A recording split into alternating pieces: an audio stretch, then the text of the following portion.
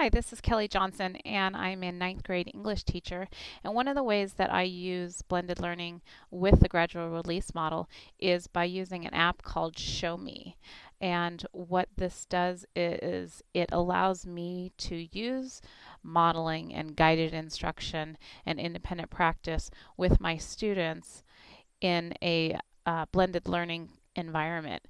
My students learn words of the week and vocabulary words each week, and this way they are doing the same kinds of things as they were doing in a whole group lecture, but now they're doing it at their own pace with iPads or on the computers, and they're adding the notes to their vocabulary notebooks, much like they were doing as I was doing before, but now they're doing it at their own pace. And what this really does is it frees me up to work with students individually or small groups, either with this vocabulary instruction, so I can give more explicit instruction, or it frees me up to do something else with students. So students could be working at a center or a station on their words of the week in working on these Show Me apps, and I could be pulling a group to do something else, or I could be pulling a group who needs this more explicitly with me by their side. So prior to this, I wasn't able to do that because I was standing in front of the whole class lecturing, and I wasn't able to give some of that individualized instruction that I needed to give.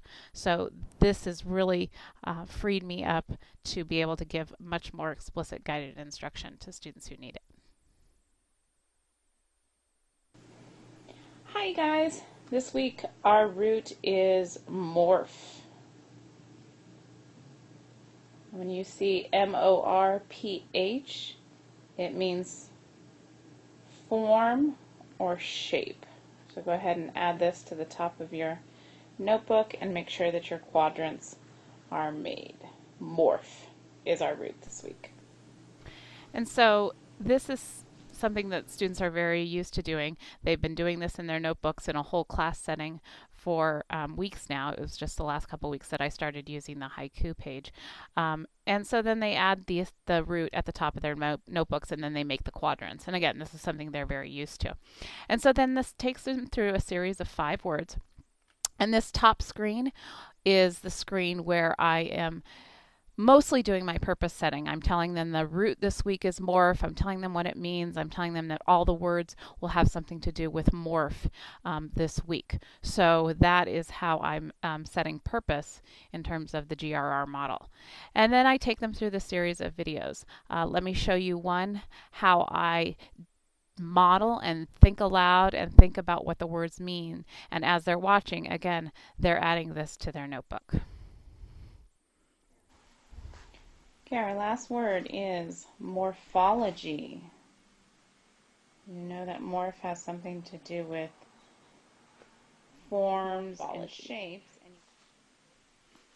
And so that takes them through a word. They're very used to the 4 quadrants with the word, the definition. Okay, our next word isn't word would go here, the definition goes here, an illustration goes here, and a sentence goes here. And so it takes them through all different parts, and they're very used to putting in all different components for each word. So you can see that this is like I'm there with them because they're able to hear my voice, they're able to hear my thinking as they add these notes to their vocabulary notebooks.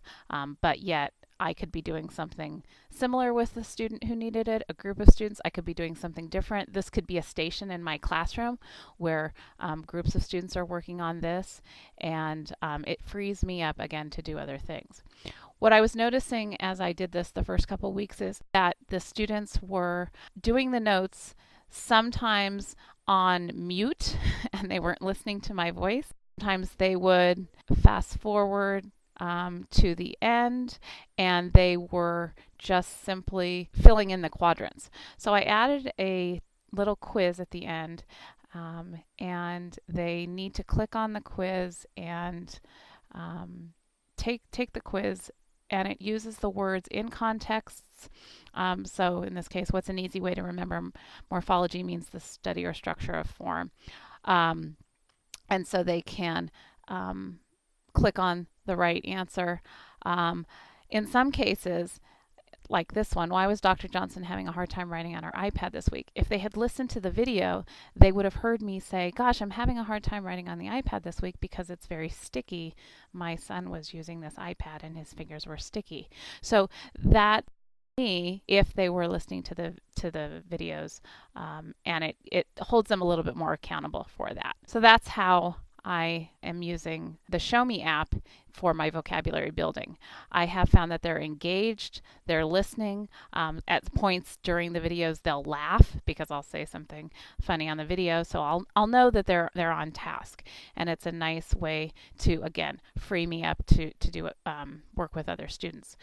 This would most fit in probably the guided instruction piece, because I'm able to guide them with questions, prompts, cues. I can get them to think about words, like what sentence can you think of? This reminds me of a time when I. So I can do a lot of that guided instruction during this piece.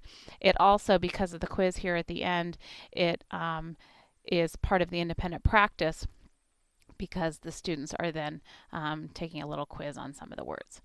When I was reflecting on this lesson, I was trying to figure out how can I get this to be more of a collaborative practice activity. As this rolls, let me talk to you about this. I was wondering, how can I get this to be more collaborative? So could students work together to create their own Show Me video? Could they take one of these words and do their own explanation of the word? I think that they could. I also think that in groups or in pairs, students could create maybe a vocee, and they could make the vocee say something or do something as an application of the word. So then I'll know that they've understood the word. So that's how I think I could get collaborative practice more in there for next year. I'm going to try to get another piece of the gradual release into my lesson. The other way that I use this app is in my poetry unit. This was right around the times of the standardized testing, and students had a lot of literary terms to learn. And so one of the things that they did is they made a scrapbook, and I had them create their own Show Me videos where they took a snapshot of somebody else's poem, and then they thought about it and talked about it using 3 literary terms. They had some notes in the form of a foldable that talked about a lot of literary terms: metaphor, simile, onomatopoeia, personification, and they had a planning guide. So what they did is they took a snapshot. In this case, Logan took a snapshot of Becky's poem, and he, prior to recording himself, he had looked at his notes, his foldable, and figured out what literary terms were used. Then he used his planning guide to plan out what he was going to say, and then he recorded himself thinking about Becky's scrapbook. So in terms of the gradual release, I modeled it for the students. Let me play this for you. Here was my thinking aloud and modeling, very brief. Do not stand at my grave and weep. This is reviewed by Dr. Johnson, and this is Ava's scrapbook. As I read this poem, I knew that it was written in first person point of view because of all of the. Because I know often sunlight is referred to as happiness. So that I did a little bit of modeling and thinking aloud about somebody else's scrapbook, and then the students again took a snapshot of their peers' poem, and then they thought aloud, and they thought about it after they had planned at least 3 literary terms. So let's listen to Logan's as he talks about Becky's scrapbook. So this is Logan's review of Becky's scrapbook, the poem The Happy Warrior by Herbert Reed. So this poem is basically tells us about the emotion of the soldiers during World War I. It uses very good imagery right here in this. So he's talking about imagery, and how he's talking about how it gives a good feel and a good picture of what's happening. And so he just talked about the tone and the tone of the overall poem. So that's how Logan reviewed Becky's scrapbook, or Becky's poem. And so the students did this, then they uploaded it onto my Haiku site, and so then you can see all of the students' review of each other's. In this case, Ava was using Decca's, and talking about the metaphor here. And Maria talked about Leo's poem here.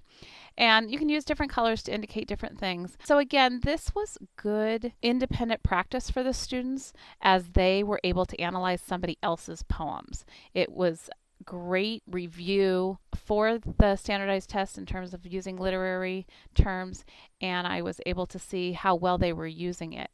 The day after all of these were uploaded onto my Haiku site, the students then had to go in and listen to 5 of the reviews. So not only did they the day before have to understand the literary terms that were being used with their peer, but they then had to go in and listen to other videos and see other examples of literary terms. So it was very authentic work that the students had done, and a good way to review those terms that are often confusing with actual poems that the students had found themselves, which was pretty powerful, and they really enjoyed listening to each other make these videos. It was a pretty engaging and motivating way to review and think about poetry. So again, there was some modeling on my part in terms of how I got them to think about the literary terms in my video, and I told them to play this first and then stop it and rewind if they needed to, and then they independently had worked on their own show me video. The nice thing about these show me videos is, like I said, the students can stop. They can rewind. If they didn't understand something, they can go back and listen again. So it's really tailored to their needs, and they can go at their own pace. With the words of the week, the vocabulary review that I had just showed you, they also can go at their own pace. They can review these words at home. So if they don't always have their vocabulary notebook at home, they could have studied those words at home. They could be practicing with their families. So it's a nice way to have this, in this case, these literary terms and these poems, and in the case of the words of the week, they could have these at their fingertips wherever they are, as long as they can access our Haiku page. So those are some of the ways that I've been using the Show Me app, particularly with the gradual release model.